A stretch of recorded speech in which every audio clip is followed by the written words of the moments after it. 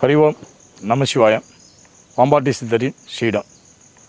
மனமே மாயை அறிவே குரு. இன்று நல்லெண்ணெய் தீபத்தை பற்றி ஒரு பதிவு. அப்போ நல்லெண்ணெய், எண்ணெய் என்று சொல்லக்கூடிய நல்லெண்ணெய், இது யாருக்கு அதிகமாக பயன்படுத்துகிறோம் அப்படின்னா, சனீஸ்வர பகவானுக்கு இந்த எள்ளெண்ணெய் தீபம் மிக சிறந்த பிரத்யேகமான எண்ணெய்ன்னு சொல்லி எல்லோரும் வழிபடுறோம். இதன் சிறப்பு என்னென்னா, நம் உடலில் இருக்கக்கூடிய இரத்த குழாய்களும் இரத்த ஓட்டமும் வாதம் சம்பந்தப்பட்ட நரம்பு சம்பந்தப்பட்ட விஷயமாக இருக்கிறதுனால சனீஸ்வர பகவான் அதற்கு உகந்த கடவுள் என்றும் அதை சரி செய்வார் என்றும் நம்ம சனீஸ்வர பகவானை வழிபடுகிறோம். கஷ்டத்தை கொடுப்பவர் கஷ்டம், நோய் நொந்தால் கஷ்டம் தானே. அப்போ அதை விலகிறதுக்காக சனீஸ்வர பகவானை நாம் இந்த நல்லெண்ணெய் தீபம் வைத்து வழிபடுகிறோம்.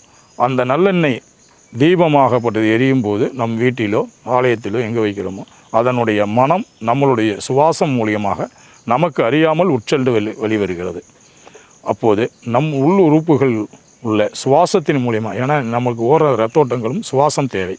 சுவாசத்தின் மூலம் நம்மளுடைய இரத்த நாளங்களில் கலந்து அசுத்தத்தை வெளியேற்றுகிறது என்பது நம்பப்படுகிறது. இதற்காக சனீஸ்வர பகவான் கடவுளுக்கு தீபம் வைத்து அவ்வாறாது வழிபட்டு நம்மளது அகத்தில் உள்ள சில வாத நோய் நொடிகளை தீர்த்து கொள்ளவே முன்னோர்கள் இதை வடிவமைத்திருக்கிறார்கள். இதை நமக்கு அறிவுறுத்தி சென்றிருக்கிறார்கள்.